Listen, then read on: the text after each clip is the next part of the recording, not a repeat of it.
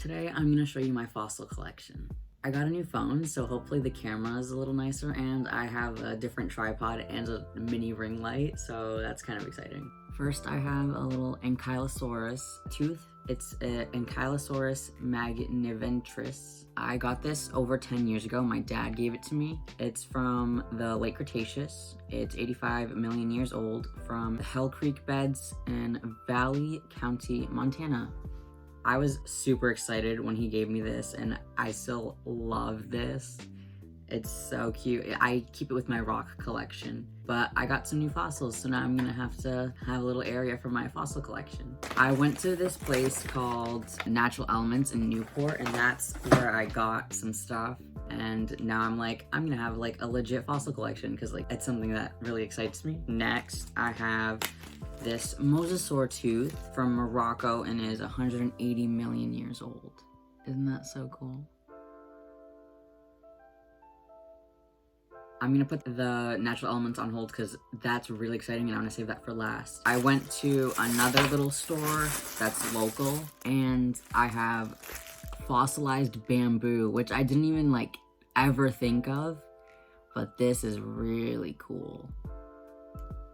Next, I have a little fossil fish. Those are really exciting. I'm really excited. Lastly, I have a collection that has 12 specimens, and I'm really excited to open it. I've been waiting to make a video. It has a, this is awesome, a little time scale, and it has like the geological periods and little pictures. Where to begin? A fossil Turtella. Oh wow. I don't know what this is, but it comes with a little paper that explains it. Turtella, slender, high-spired shells, a type of snail shell. Turtella is found in fossil form all over the world. The animal itself was soft-bodied and carried its home along with it. It needed this shell to dwell in, as well as for protection from its enemies. Today, Turtella lives in the sediment of the soft seafloor and filters fine particles of food from the water, as it did on the seafloor in the early Cretaceous period. This agitized Turtella is found in Green River Formation, Sweetwater County, Wyoming. They don't really look like the picture, but it's very cool. Next, let's do the Cranoid Stem. Wow. Cranoids were creatures that looked like flowers on thick stems. Small discs, usually round, stacked together to form the stems. The parts of the cranoid that looks like flower petals are its arms. With these arms, the cranoid catches its food in the water. Cranoid means like a lily. During the Mississippian period, they covered many parts of the sea bottom, but today only a few kinds are left. These stems are quite plentiful in the Confusion Range of Millard County, Utah. I didn't know these still existed. This is the picture. Very cool, very cool. Next, we have fossil ammonite. These are very common. This one's very tiny. And then the picture.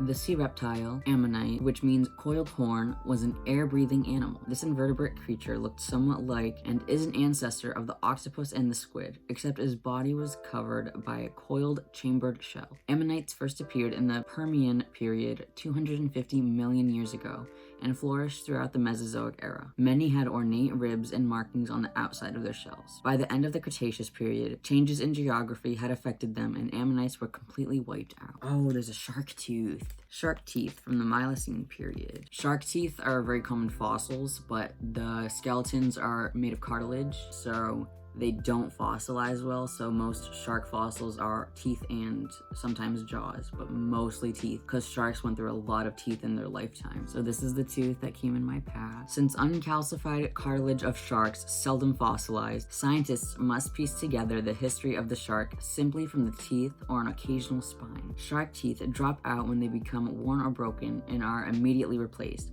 which makes them plentiful in certain areas today, such as New Jersey, Florida, and North Carolina. Largest fossil teeth found, which have reached a length of 8 inches, are those of the Carcharodon shark, which figures to have been 45 feet long. Next, we have gastropods. It's a picture. And oh, this is mine. Wow. Oh, it's so pretty. It's like kind of marbled. Gastropods, or univalves, being the largest class of mollusks, are covered with one hard, armor-like coiled shell, which protects the soft bodies. Gastropods, meaning belly foot, crawl mainly by means of ripples that pass across its belly. A large, muscular foot actually spreads beneath the body. Like the gastropods of today, many were meat eaters and others were vegetarians. Their tongue, a rubbery ribbon covered with thousands of tiny teeth, works like a file in tearing apart its food. These existed from the Pennsylvanian through the Miocene periods. Oh, this looks really cool. Fossil horn coral. This is the picture. Oh, wow. From the Mississippian period of 325 million years ago, horn coral looks much like the coral that is in the sea today. Millions of tiny coral animals called polyps all joined together. This cluster looked like fingers. Their tentacles sticking out resembled a bunch of tiny flowers at one end, found in the Confucian Range, Millard County, Utah. Ooh, there's fossil wood, and there's two in this one. The picture... It doesn't look anything like wood. Like, it just looks like rocks. And then there's this one. Trees began fossilizing when climatic conditions covered them with mud, sand, or volcanic ash before they rotted. Water seeped through the mud and sand into the buried logs. It filled the empty cells of the decaying wood and mineral matter until after millions of years, all the wood of the tree was gone and rocks and minerals were in its place. It had turned to solid stone. Some fossil wood still shows original wood structure, even under a microscope. Petrified forests date from different geological periods. This wood is over 150 million years old. So yeah, that's why it looks like stone, because it's literally become stone. It's so cool. I wonder how, like, paleontologists tell the difference between rocks and just petrified wood. Fossil brachiopod. The picture... Brachiopods were a form of marine life which resembled clams. They were a solitary animal with very little power of movement. They had soft bodies covered with two shells hinged together. Most brachiopods have ornamented shells, while a few species are smooth. Fossil brachiopods were in existence from the Paleozoic era through the Mesozoic era, and range in age from 100 million to 600 million years old. They are perhaps the most abundant fossil animal and are found in many areas of the world. Next, we have the sea urchin. It's the picture. It has these little indentations on the top. Sea urchins belong to the Echinoderm group, which also consists of such common sea animals as sand dollars, sea cucumbers, starfish, etc. The body parts of echinoderms are arranged around the center of the animal like spokes of a wheel around the hub. The body is divided into 5 sections, with the mouth in the center of the underside. Body wastes and eggs leave the sea urchin through openings in the center of its top side. When it was alive, the body was covered with long, movable spines which grew out from the shell. The spines, along with rows of tiny tube feet, helps the animal move about. This species is from the Jurassic period and is found in Atlas, Morocco. Yeah, a lot of animals today are bilateral. Humans are bilateral. That means we're like split down the middle and we have 2 arms, 2 legs. But a lot of other animals, especially like really old ones, had different kinds of symmetry. I learned about this in my biology class, but I forget the different kinds of names of symmetry. Another common fossil is a Trilobite. This one says Alrathia kingi. This one's really tiny. From the mid-Cambrian period, 550 million years old, Trilobites are an extinct form of marine life occurring in the Wheeler Shale. These many-legged arthropods roamed the sandy bottoms of the sea and coral reefs in search of food. Trilobites were the first invertebrate form of life on Earth, found in House Range, Antelope Springs, Millard County, Utah. I've never heard of this. Pelisopod. Don't know if that's correct. It's another shell. Oh, these are cool. This is the picture. Commonly called devil's toenail, this oyster was active during the early Cretaceous period. Its compressed body, enclosed by the shell and having no head or teeth, would get oxygen and food through a muscular siphon. Being a bivalve, the 2 shells were held together by hinges that looked like small teeth. The shells of bivalves are usually open. When the animal was frightened, strong muscles pulled the shells shut until danger had passed. A strong muscular foot shaped like a hatchet helped the animal move about. Pelecypods formed the 2nd largest class of mollusks. Now I saved the best for last. This is a fossil dinosaur bone, which again, it looks just like a rock. So look at this. My face wasn't the main focus.